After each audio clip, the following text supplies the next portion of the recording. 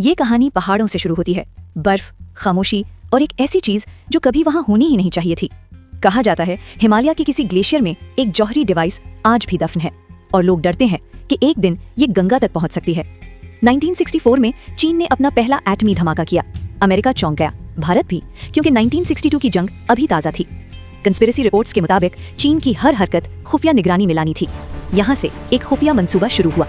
CIA और भारतीय intelligence bureau इकट्ठे हुए। मंसूबा सादा था, चीन के मिसाइल और जौहरी टेस्ट सुनना, लेकिन जगह दुनिया की सबसे खतरनाक थी। चुनी गई जगह नंदा देवी, 7,816 मीटर बुलंद, भारत की दूसरी बुलंद तरीन चोटी। यहाँ से चीन के अंदर रेडियो सिग्नल्स पकड़े जा सकते थे, लेकिन कीमत तकरीबन नामुमकिन चढ़ाई। जो ले जाया जा रहा था वो बम नहीं था, उसका नाम था स्नैप 19C। ये प्लूटोनियम 238 से चलता था, सालों तक बिजली बनाने के लिए।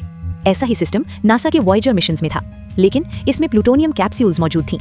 अक्टूबर 1965, अमेरिकी और भारतीय कोहपैमा कैप्टन MS होली और लूट जर्स्टर्ड जैसे नाम। चढ़ाई शुरू हुई, लेकिन फिर अचानक शदीद बर्फानी तूफान आया। जिंदगी बचाने के लिए डिवाइस को एक आइस लेज पर छोड़ दिया गया। 1966 में टीम वापस आई, लेकिन वो लेज मौजूद ही नहीं था। एवलांच सब कुछ बहा ले गई थी। डिवाइस हमेशा के लिए गायब। कई रिकवरी मिशंस हुए, लेकिन कुछ न मिला।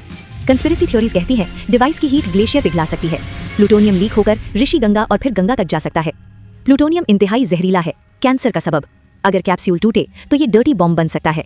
साइंटिस्ट्स कहते हैं गंगा का पानी इतना ज्यादा है कि डाइल्यूशन से खतरा कम हो जाता है। 1978 की इंडियन सर्वे में कंटामिनेशन नहीं मिला, लेकिन क्लाइमेट चेंज सब बदल रहा है। 2021 चमोली फ्लड के बाद ये थ्योरी दोबारा जिंदा हुई।